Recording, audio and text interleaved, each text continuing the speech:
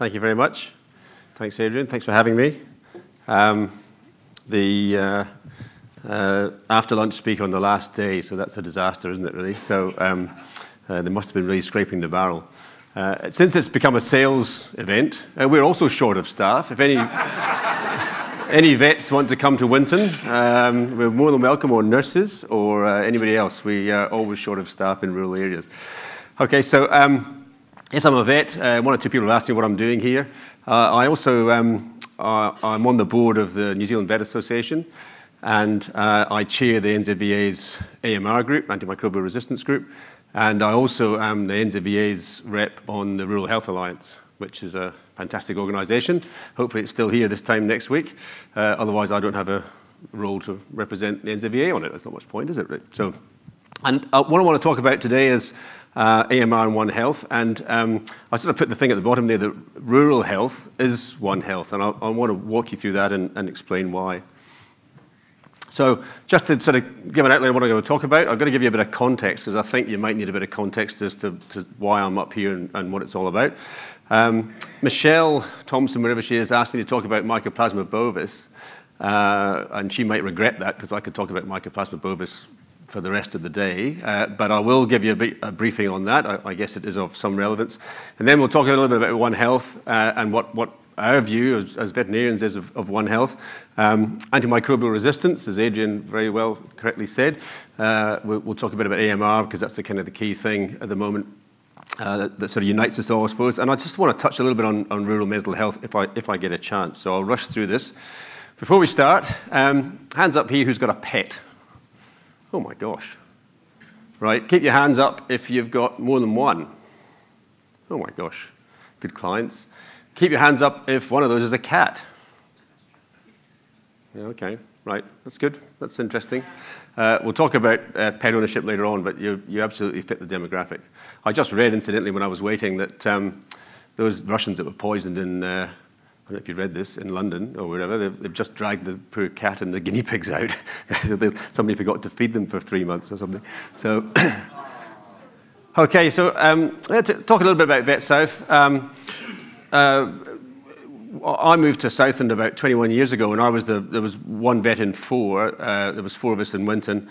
And about 12 years ago, we formed Vet South. So we joined up with the other clinic in Gore, who had about 6 or 8 vets. And we did that because rural veterinary services and rural services, you know, in general, are really hard to provide.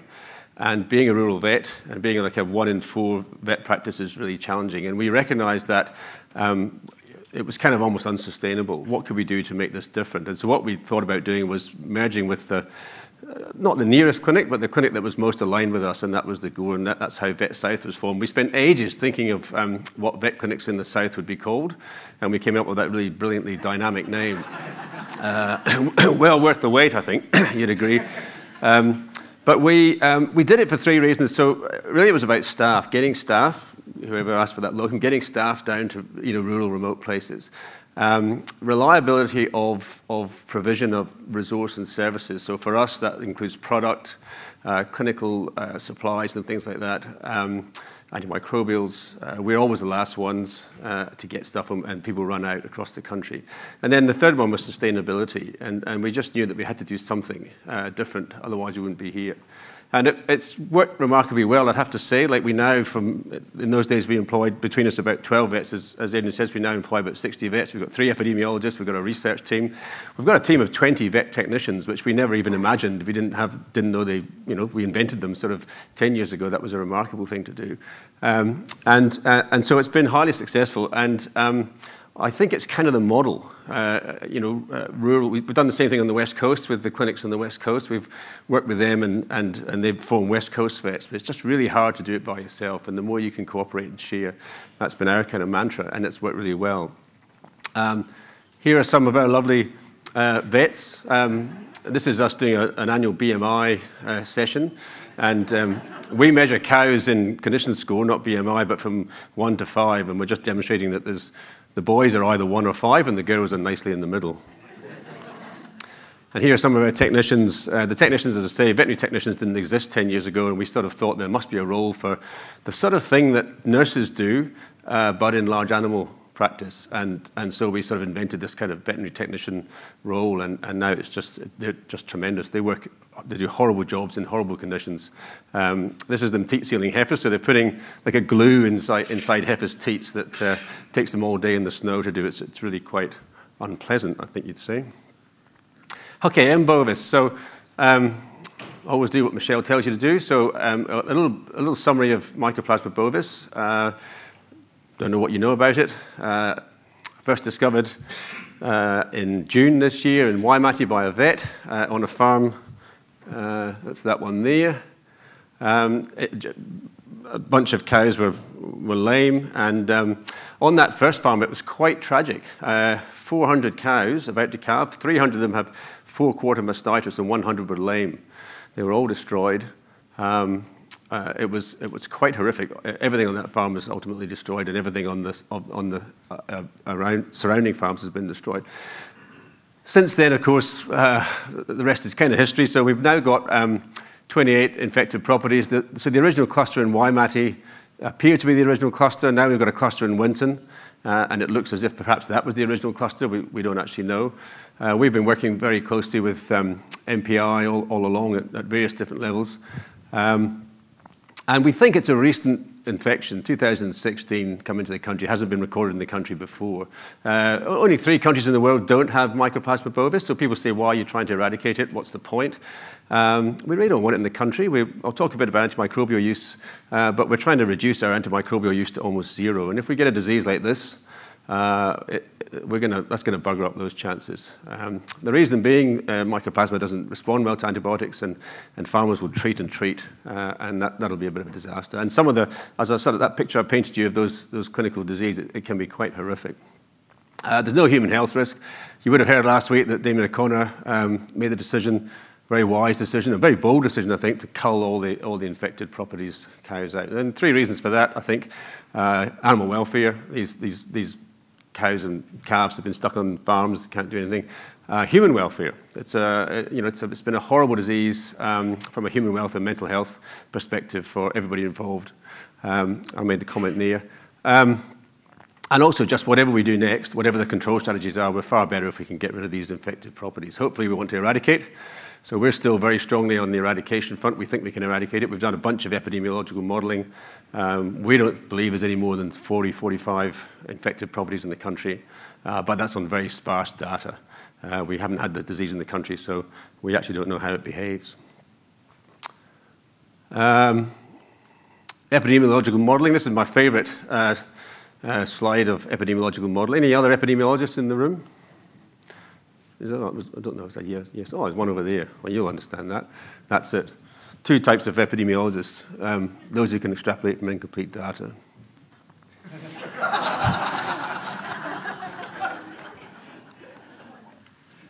And that's very relevant for the M. bovis. We literally had, we got no data to hang these models from. It's been really challenging. So there are holes in that.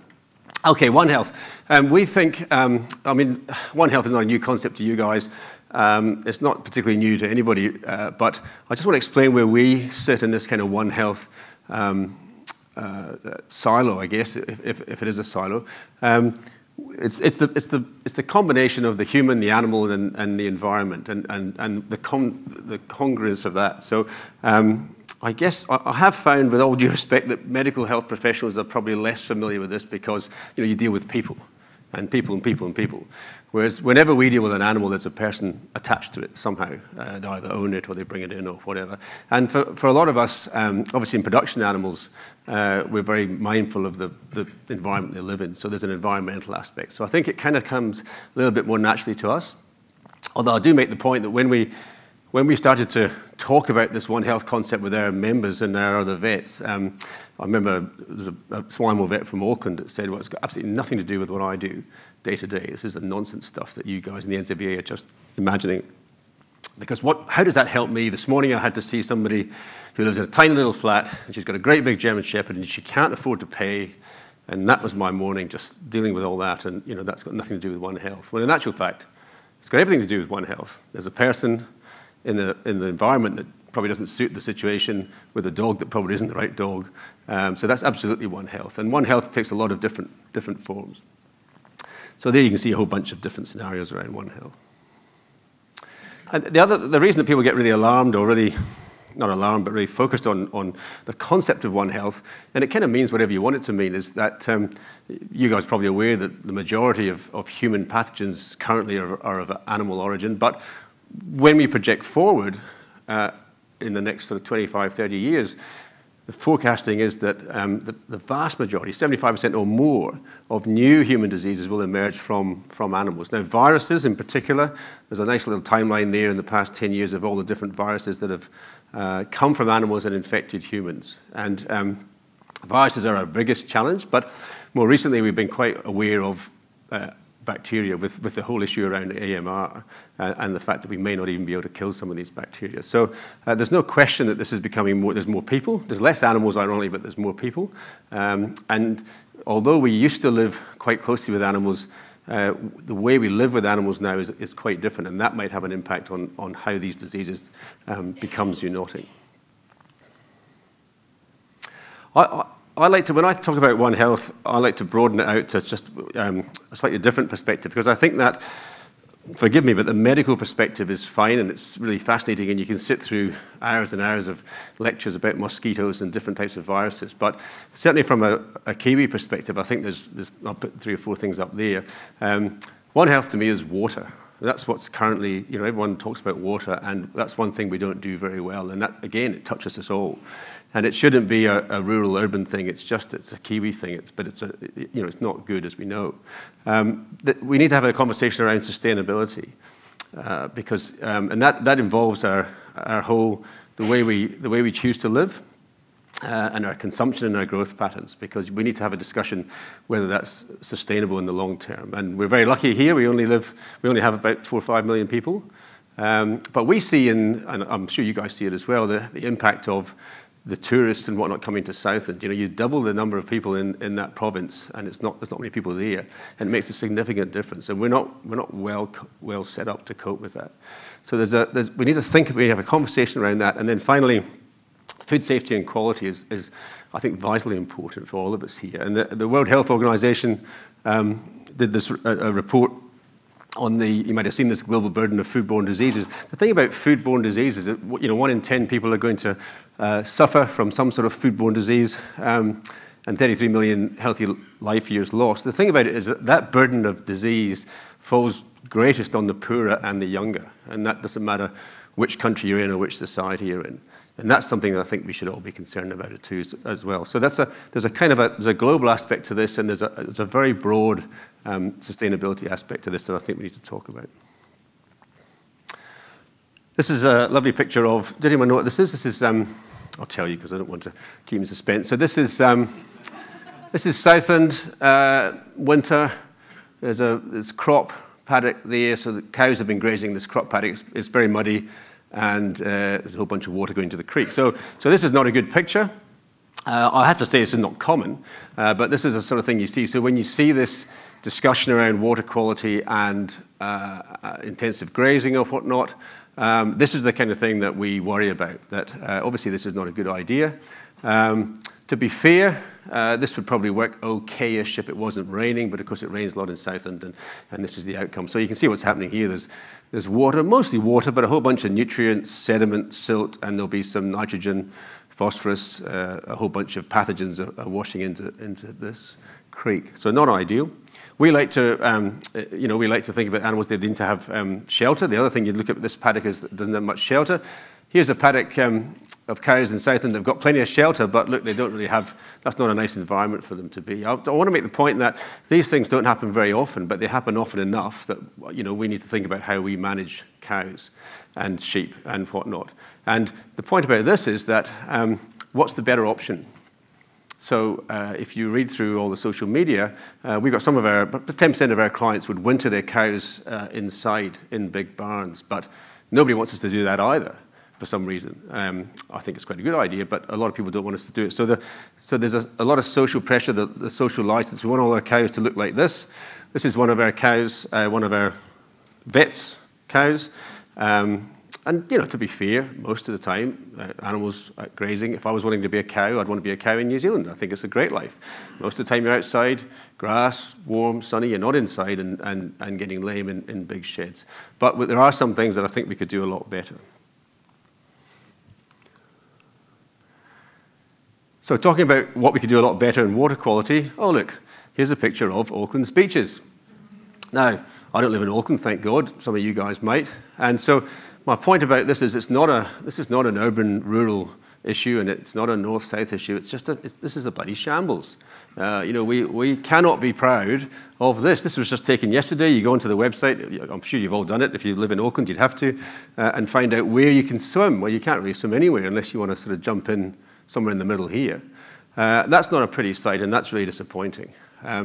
It's not a competition, but for the purposes of today, it is. This is Southend, with all these cows and all the sheep and all this stuff going into the... and I swim. Adrian, if you want to come down and swim with me, we swim here and down at... Oh, he's gone. Well, that's not much good, is it? The chair's gone already. He's bored. Right, okay. Well, anyway, I swim here, and it's it's fantastic. So I think that's not a bad outcome. But the point is, it shouldn't. You know, everywhere we want to be able to swim everywhere, and I think there's the GPs have got to say you don't have to Google much, and you just get this over and over again. This is not good enough. You know, so we have a significant biomass in this country, not just of people, but of cows, that is not supported by the infrastructure. And that's the one health issue that we need to address as well. Water quality, this comes up all the time. So Havelock North, I'll talk a bit about the link between Crohn's and dairy farming in New Zealand. I won't talk about that because it's a minefield, but suffice to say that there's a high incidence of Crohn's in Canterbury, and people are linking it to dairy farming. There's no real evidence, but I did a paper a few years ago on the linkage between Johne's in cows and Crohn's disease, and you know, there's no causative link, but it doesn't matter anymore, does it? The science doesn't matter. It's what social media say. So it's kind of academic, and that's what we. that wasn't deliberate, but that's what we spend a lot of time when we talk about our antimicrobial use vision for New Zealand for the NZBA. We talk about having, you know, not needing to use antibiotics by 2030, and we've had a bit of pushback from vets around that. But the point is, you sort of got to gather that social media space, otherwise you can't operate. You guys like water, we like water, and then you see sort of things like this coming up in the stuff. Havelock North, the Havelock North camping thing is a perfect example of a bit of a One Health disaster. So it's 2016, there's probably people in the room that know more about it than me. This is more your speciality than my speciality, but the morbidity was, there's about 65,000 people in that catchment, in that water catchment area, and not just this water catchment, but the whole of the Havelock North. And so about 10% of them got sick with Campy, which is not huge, but it's enough. This is the single biggest Campylobacter outbreak ever, globally, ever, that we know about. And it's happened here in you know, pure green New Zealand. You know, this is a disaster, really. 45 people end up in hospital, and it's linked to 3 fatalities. The C. jejuni, so the high probability it came from sheep, and sure enough, when you do the genetic typing, it's very closely aligned with the genetic typing of sheep. So the likely cause of sheep in these paddocks here, heavy rain, rain-washed sheep shit, down here into this creek.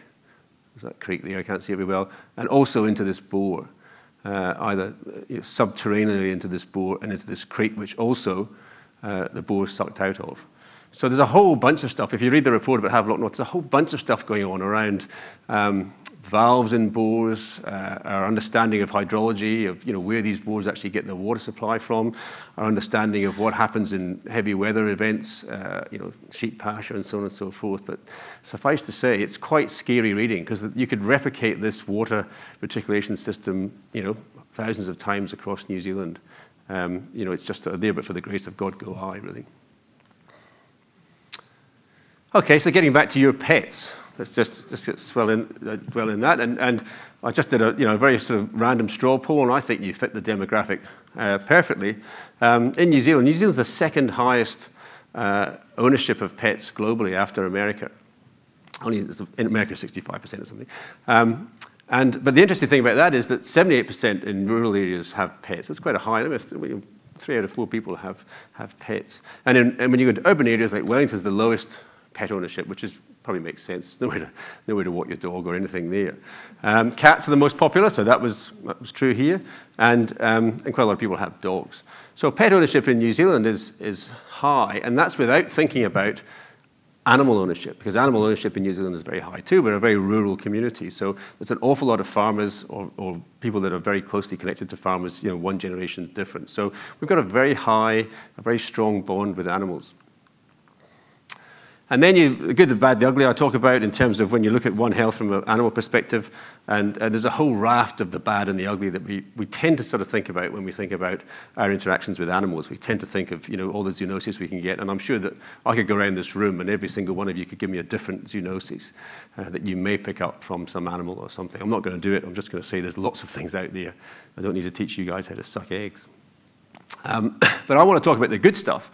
The good stuff about animal ownership, which I think is really important. And so we know there's plenty of data out there now that would suggest that owning pets, but owning animals in general, but owning pets is very good for mental health and well-being.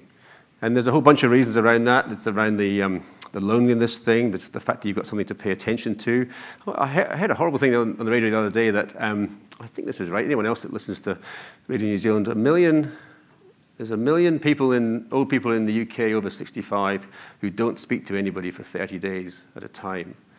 Someone's nodding, yeah, I heard that. And that's shocking, So having a pet, you can understand why psychologically that's really important. But in all sorts of situations, having a pet has been shown to have a positive mental health benefit. It's also got a positive physical health benefit because having a pet, you have to get out and you exercise and do on and so forth. So having a pet or having an interaction with a pet, so on balance, and this is the dichotomy I'll talk about later on balance, in New Zealand we're high pet owners, and rurally we're very high pet owners. On balance we should be mentally quite well, but as we all know we're not rurally, so that kind of doesn't stack up for me. We're using pets now in institutions, in schools, and even in hospitals.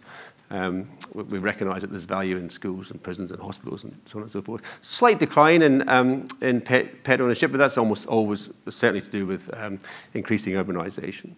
So there's other good stuff as well, and this is a little bit more equivocal. So all I've done is classic epidemiology and just cherry-picked all the ones I want to, all the good bits. But not all the good bits, because I could give you a whole presentation on the positive effects. But there is a lot of contradictory studies around the benefits of animals. The general consensus would be that if kids are exposed to dogs and cats, although different studies show dogs work better than cats, and particularly under 12 months of age, it seems to have a protective effect around developing childhood asthma.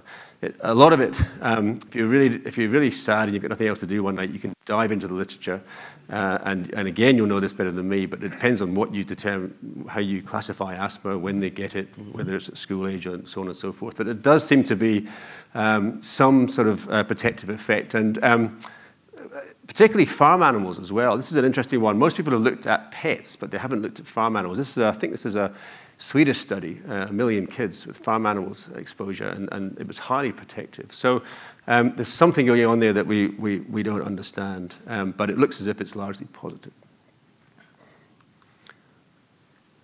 One Health in action. I want to just talk to you now a little bit about how a real life example of One Health. And so raw milk.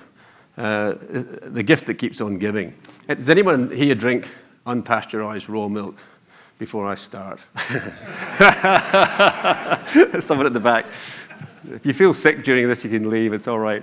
I used to, I've lived on farms. I drink unpasteurized raw milk. But so in 2016, so we've always sold unpasteurized raw milk under some sort of regulatory process. And in 2016, MPI called for a consultation process around whether we should relax or change these regulations. Basically, they wanted to make it easier that people could buy raw milk.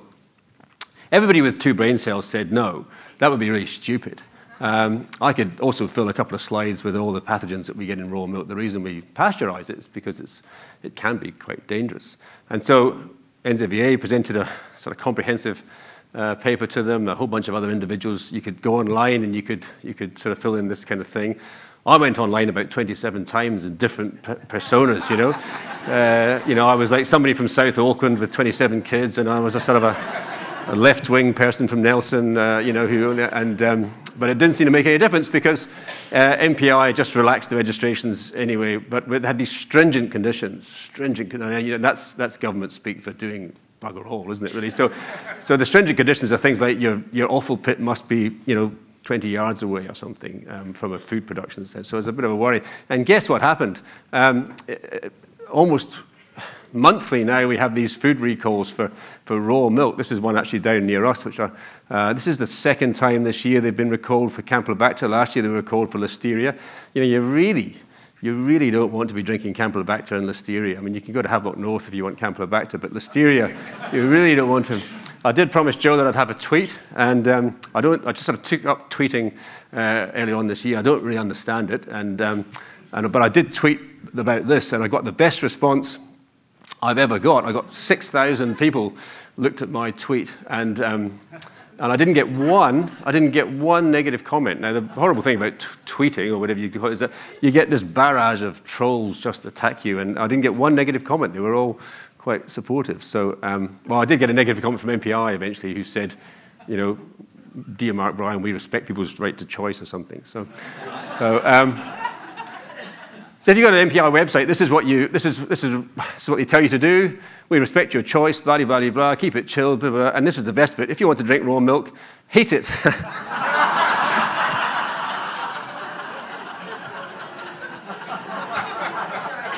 Pasteurize it.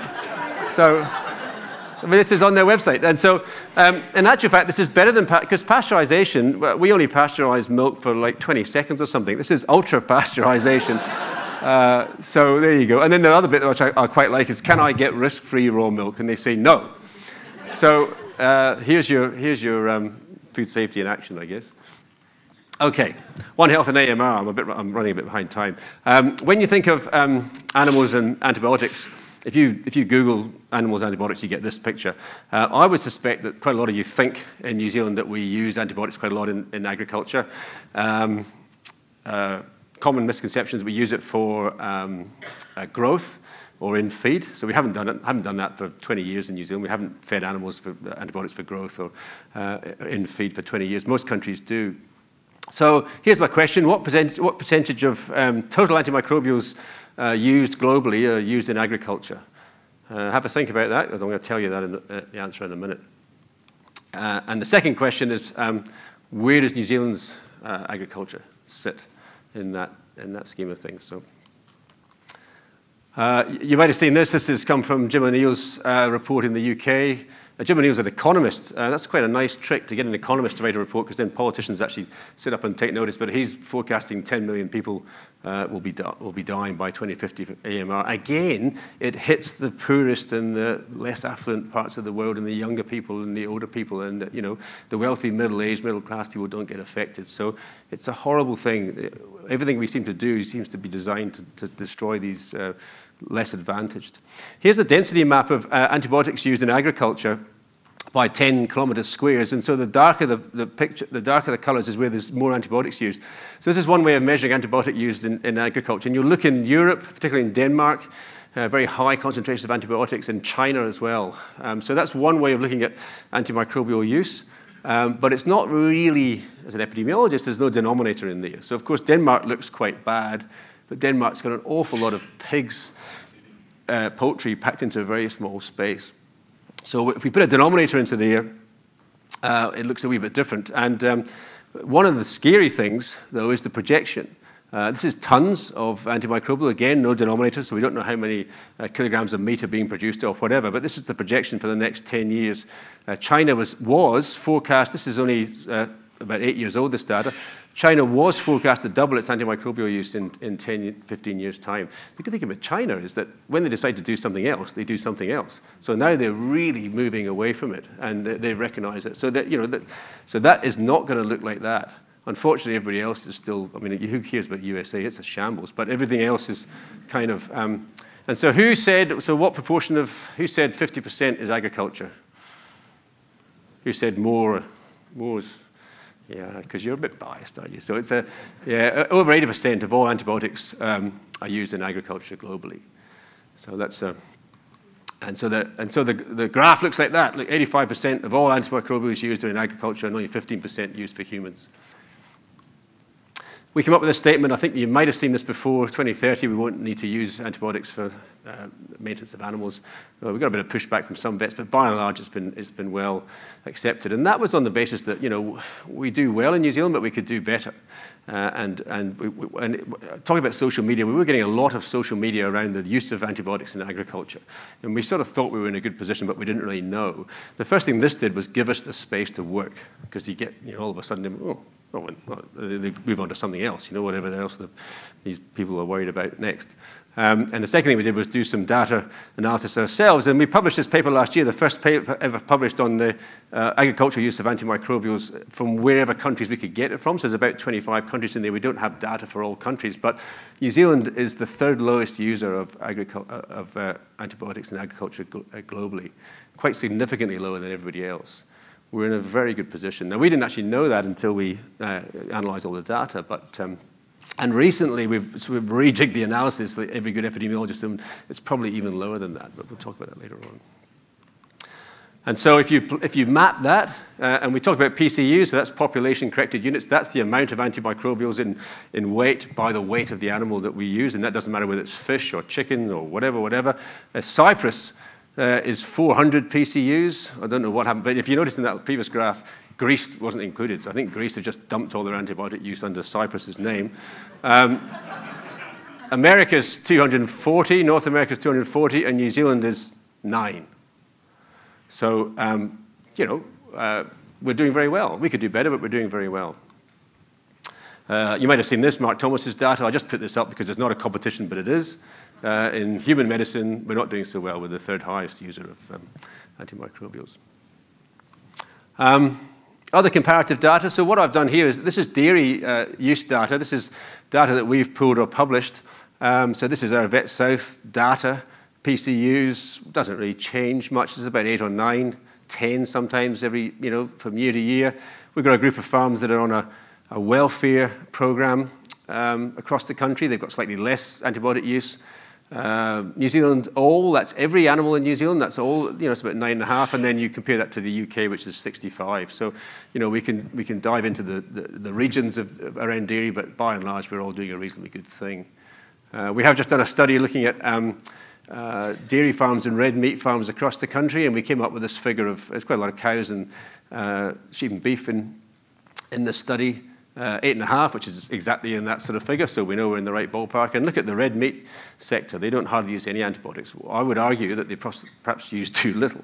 So there's an animal welfare impact, bit in this. There's a sweet spot between using enough antibiotics to keep animal welfare maintained and then not using too much. Looks a bit like that when you graph it out, dairy and sheep, and that doesn't look very good for the dairy guys. But again, if you at all get worried, you just add on the UK.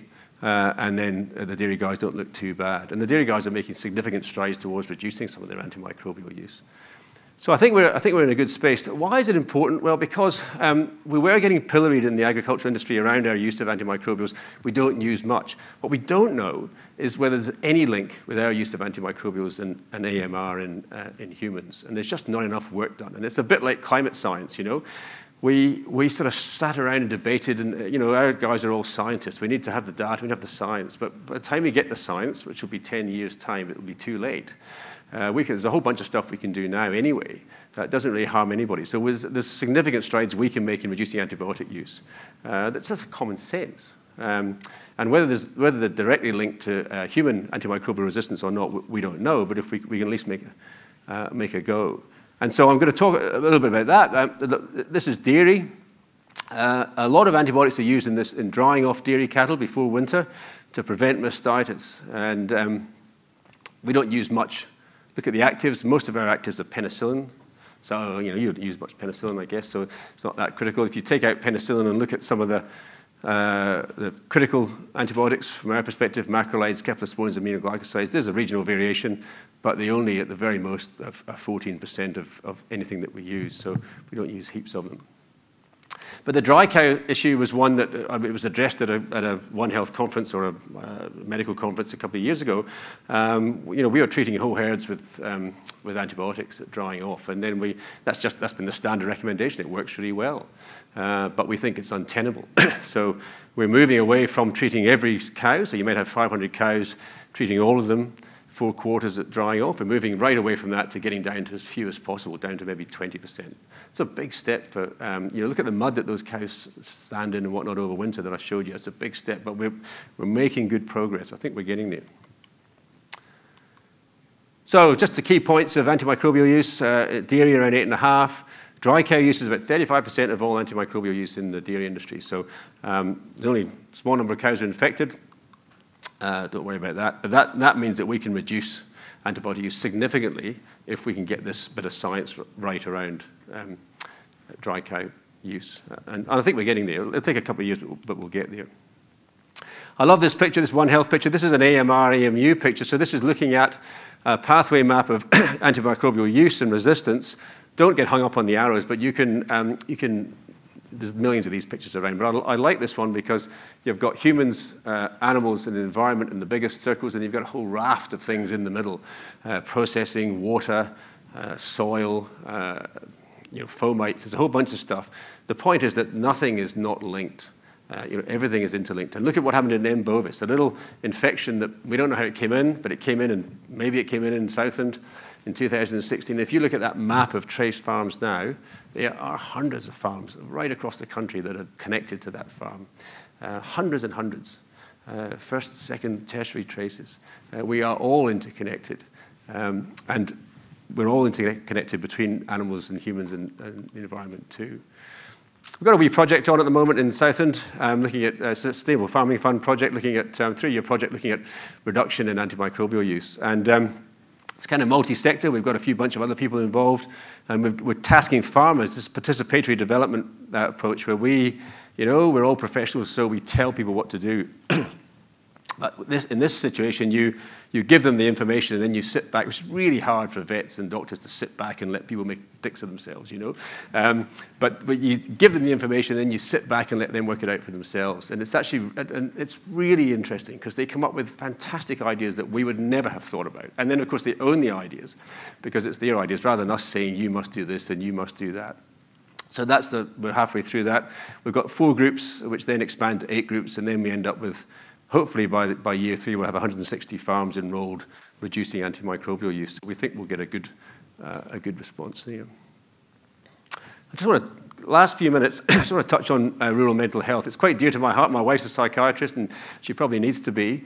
But I don't understand this. So there's a protective effect of having a pet. We've talked a bit about that, and that animal thing. And then also, when we talk about mental well-being, we say get out and do stuff. Get in the outside, get in the outdoors, take some exercise. That stuff's all protective. And yet, being a vet significantly increases your risk of mental health issues. And being rural, we know, increases your risk of suicide and depression. So it doesn't kind of make sense, and we don't understand. So there's something missing there. So being a vet, it's 4 times the risk of suicide if you're a vet than other cohorts. And if you're a female vet, it's about 8 times. It's horrendous. And it's completely wrong. The demographics in New Zealand are, the young females and old male vets kill themselves, which is quite unlike what happens in the rest of the world. So 1 in 4 vets report depression, 3 to 4 times the suicide risk across the whole profession, but particularly amongst young females and older males. And that's that demographic risk I talked to you about. And we know from our experience in our clinic, we work quite actively in that space around mental health. We know how significant it has been. I love this comment from a rural vet who was interviewed for a paper on mental health issues about 10 years ago and said he's obviously having a bad day, but he wasn't very optimistic. I'm very optimistic about being a rural vet. I love what I do and I love where I do it, but for a lot of people, they don't share that same sense of enthusiasm. What can we do rurally? I think this is the key thing. Work together. So that comes back to that first slide around, we've always found it much better to cooperate with other clinics or whatever, and reach out to people. And I think rurally you have to do that. The Rural Support Trust is highly effective in rural areas, and I think you had a talk from them earlier on. We've supported Farm Strong quite heavily. I saw Gerard yesterday as well. South and Mental Health, we meet with them once every 6 months or every quarter and sit down and discuss a whole bunch of mental health initiatives. We've got a clinical psychologist that works with us at the clinic and comes in every 2 to 3 months and does workshops with our staff. It's been very helpful, and then follows up on our staff. And that's been a really positive thing. I couldn't recommend that more highly. And then healthy eating and healthy exercise and so on and so forth. And, you know, we've had a few issues. I mean, I don't know if there's a risk factor here, but I've only got 5 direct reports, and 3 of them have suffered depression this year. So there's obviously a significant risk factor there, but I don't know what it is. You know, 2 of them are medicated and 1 of them's not. They're all on the road to recovery now, but it's quite hard when it hits you in your rural community like that. Okay, we're done. So, summary points, and then I think I've got about 4 or 5 minutes for questions if you want. I think the thing about ruralness is working together. It just works. It just makes much more sense, and we've always found 1 + 1 = 3, and you don't know what the 3 might be, but it sort of is something along the way. Animals are integral to our well-being, so we're a very animal-oriented society, so that's nice if you're a vet. The One Health thing is not just the 3 disciplines, it's really, really multidisciplinary, and so we consider our clinical psychologists part of our team. You know, we've got lots of other people that we consider as part of our team. We've got epidemiologists and everybody else working with us. They're all part of our team. It's a very broad, we've got a couple of people with environmental science backgrounds that work with us. It's a very broad scope. In Bovis is a One Health issue. In Bovis, what do you see? You see sick animals, you see sick people because their animals are being slaughtered, and then it's spread right across the country, that environmental spread. It's a One Health issue. It doesn't actually infect humans, but it's a One Health issue itself. And I've mentioned that rural mental health is complex and poorly understood. And never forget that we're very low users of antibiotics, and we're getting lower. I think that's a really important thing. We do a good job. I could do a better job. And I think in New Zealand, and we argue this quite strongly, that New Zealand is probably the best place to understand One Health, because we've got this really, really big rural interface. Lots of us are rural. You guys know that. We're very linked to the farm and to the land, so we've got a very strong rural interface, more so than almost any other country. They talk about One Health in a kind of abstract, because they've got a lot of urban dwellers. We don't. Okay. Any questions?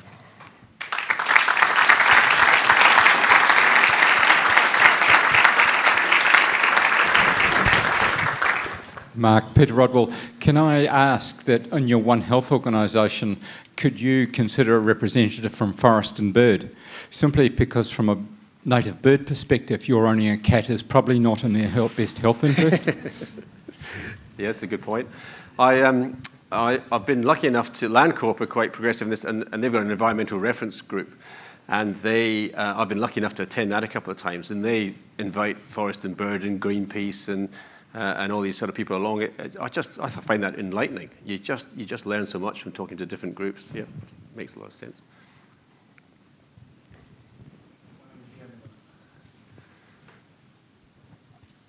Hi, thanks for your talk. I'm from a little place called Waikuikui that you might be familiar with, and we have quite a strong water care group in the area, which my family farm is part of, and that's the Pomahaka Water Care Group.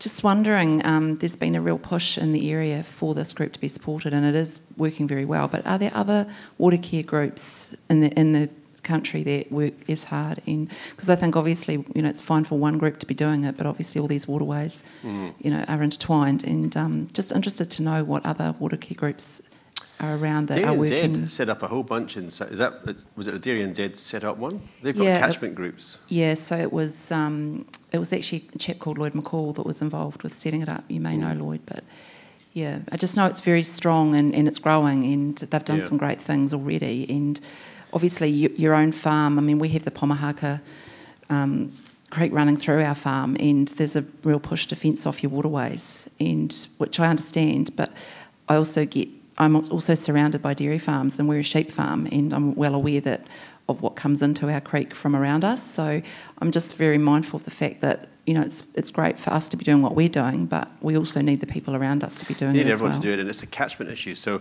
we've challenged, I sort of drive the innovative sustainability side of our business as well. So we've got a sustainability group. So I've got this small group of vets, and generally young female vets, because they're the ones that are innovative, the old pale male we're rubbish. They want to be, so I've challenged them, they should be catchment vets. So they're not large animal vets or whatever, or sheep vets, they're catchment vets. Think of an area and a catchment, and you need to manage that whole catchment. That's an environmental approach. It's quite a different way of thinking, but I agree with you entirely. Hi, Mark. Graham Jelly. I'm a rural GP. Thanks for an enlightening talk, and it's really great to see that antimicrobial use isn't what we've been taught it is in veterinary service. I mean, I guess I'm looking more at the larger political issue, and you talked about your membership of RANS, and I guess my question is, as a rural GP network, we're part of the setup of RANS, and it's obviously under threat at the moment, but I guess from the broader population of rural, how can we engage actively with rural councils and other rural people to see the value of RANS for us as custodians of rural health outcomes? Oh gosh, that's a big question. I mean, I think RANS is a great start.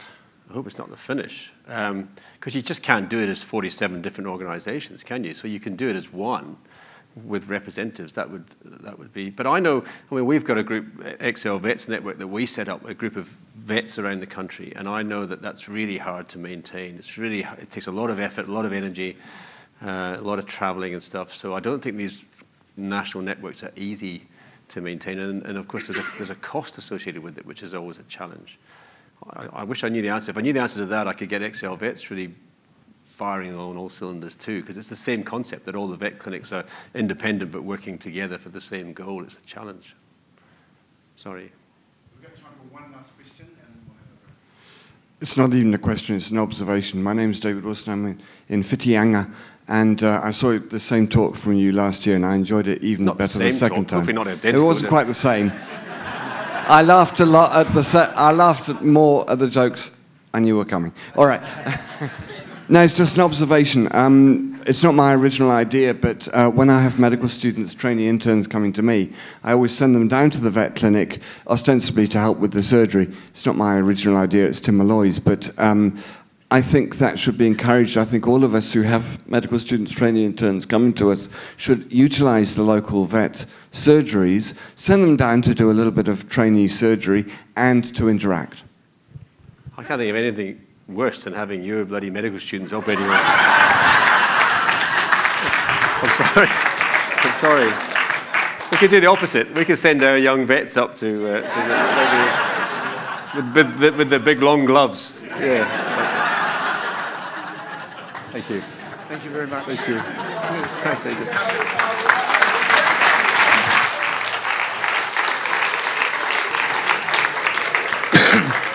So invite you to go to the next group, and we'll see you back.